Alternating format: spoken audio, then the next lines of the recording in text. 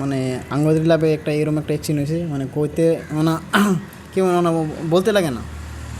মানে একটা লাইভও মানে কি বলবো, মানে একটা মেয়ে মানুষ এরকম মানে একটা ছেলেকে নিয়ে খেলবো না, আপনারা কি বলবেন না? হ্যাঁ মানে মানে আমার লাইফটার মধ্যে এরকম খেলছে, মানে বলতে লাগে না, না বাধ্যত পরে বলতে লাগে, বুঝলেন না? মানে একটা মেয়েকে আমি ভালোবাসছিলাম, ভালোবাসে বিয়ে করছিলাম। বিয়ে করার পরে ধরুন আমার সাথে 3 মাস সংসার করছি।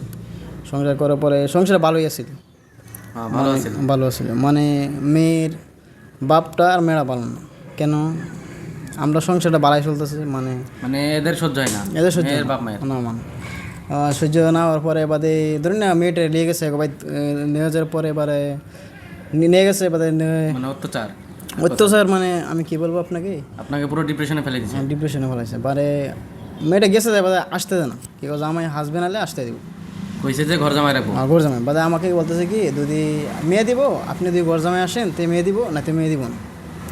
বাদে আমি বললাম বলছি কি আপনি মেয়ের তো আমি বিয়ে করছি না ঘর জামাই যেতে, আমি কি বলছি আপনি মেয়ের বিয়ে করলে আমার আমি আমার সংসারে রাখবো। হ্যাঁ আমার সংসারে রাখবো, আমার বাপ মা আমার আত্মীয় ফ্যামিলি আছে, ফ্যামিলি আছে, সবাই আছে, আমি এখানে থাকবো, হ্যাঁ আমি যাবো না।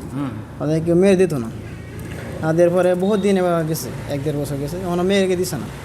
না দেওয়ার পরে কী বলবো, অনকা মেয়ে